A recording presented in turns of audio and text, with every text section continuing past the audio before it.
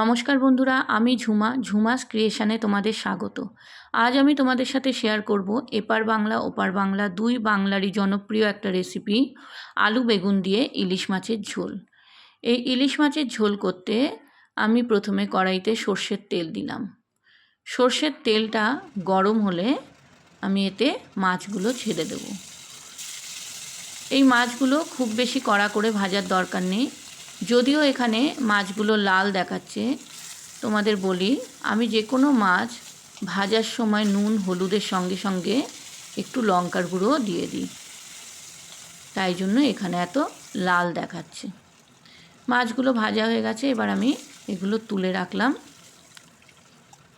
এবার ওই তেলের মধ্যেই আমি বেগুনগুলো ভেজে নেব।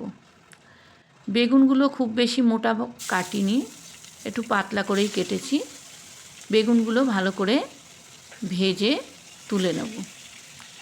আমার এই রেসিপি যদি তোমাদের ভালো লাগে বন্ধুরা, আমার চ্যানেলটাকে সাবস্ক্রাইব করে দিও, লাইক কমেন্ট শেয়ার করো, আর পাশে থাকা বেল আইকনটা প্রেস করে দিও যাতে আমার ভিডিওগুলো আপলোড হওয়ার সঙ্গে সঙ্গে তোমাদের কাছে নোটিফিকেশান পৌঁছে যায়। আর পুরনো বন্ধুরা, তোমরা আমার পাশে থেকো।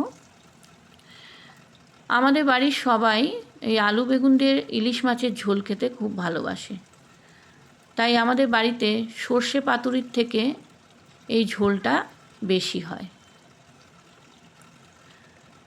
তোমরা কে কোথা দিয়ে আমার ভিডিওটা দেখছো বন্ধুরা, কমেন্টে জানিও।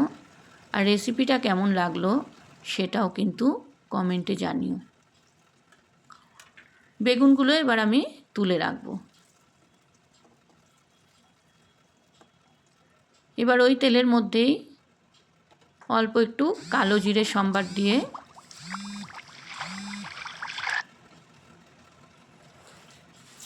আলুগুলো দিয়ে দিলাম। এরপর হাফ চামচ নুন দিয়ে একটু নাড়াচাড়া করে আমি ঢাকা দিয়ে দেবো।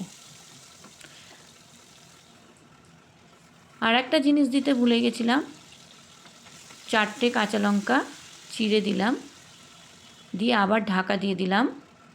গ্যাসের ফ্লেম লো করে 5 মিনিট রাখলাম। 5 মিনিট পর ঢাকা খুলে দেখলাম আলুগুলো ভাজা হয়েছে। এবার আমি এর মধ্যে কিছু গুঁড়ো মশলা দেব। এখানে আছে হলুদ গুঁড়ো, লঙ্কা গুঁড়ো, ধনে গুঁড়ো আর জিরে গুঁড়ো। এরপর সামান্য পরিমাণ জল দিয়ে আমি মশলাগুলো কষাবো। এখানে সব মশলাই হাফ চামচ করে দিয়েছি, কারণ এই ঝোলটায় বেশি মশলা না দিলেই খেতে ভালো লাগে। আবার ঢাকা দিয়ে দিলাম, গ্যাসের ফ্লেম লো করে 2-3 মিনিট রাখলাম। 2-3 মিনিট পর ঢাকা খুলে একটু নাড়াচাড়া করে আমি এতে জল দিয়ে দিলাম। জলটা পরিমাণ মতো দেবে বন্ধুরা, কারণ এটা খুব বেশি ঘন হয় না, একটু ঝোল মতো হয়। আবার ঢাকা দিয়ে দিলাম। এবার গ্যাসের ফ্লেম হাই করে দিলাম। 2 মিনিট পর ঢাকা খুলে দেখলাম ঝোলটা ফুটছে। এবার আমি এই ঝোলের মধ্যে বেগুন আর মাছটা দিয়ে দেব। দিয়ে কিছুক্ষণ ফোটাবো। আরও হাফ চামচ নুন দিলাম। নুনটা তোমরা পরিমাণ মতো দেবে বন্ধুরা। যেহেতু আমি আলু ভাজার সময় নুন দিয়েছি, তাই আমি নুনটা হাফ চামচ দিলাম। 2টো গোটা কাঁচা লঙ্কা দিলাম, দিয়ে ঢাকা দিয়ে দিলাম। মিনিট 2 পর ঢাকাটা খুললেই আমার ঝোলটা প্রায় হয়ে এসছে। এবার আমি গ্যাসটা অফ করে দেব। দেখো আমার আলু বেগুন দিয়ে ইলিশ মাছের ঝোল রেডি। কেমন হয়েছে বন্ধুরা, তোমরা কিন্তু আমাকে কমেন্টে জানিও। আমার তো খুবই ভালো লেগেছে, তোমাদের কেমন লাগবে তোমরা জানিও। তোমরা ভালো থেকো, সুস্থ থেকো, এইভাবে সবাই সবার পাশে থেকো। ধন্যবাদ বন্ধুরা।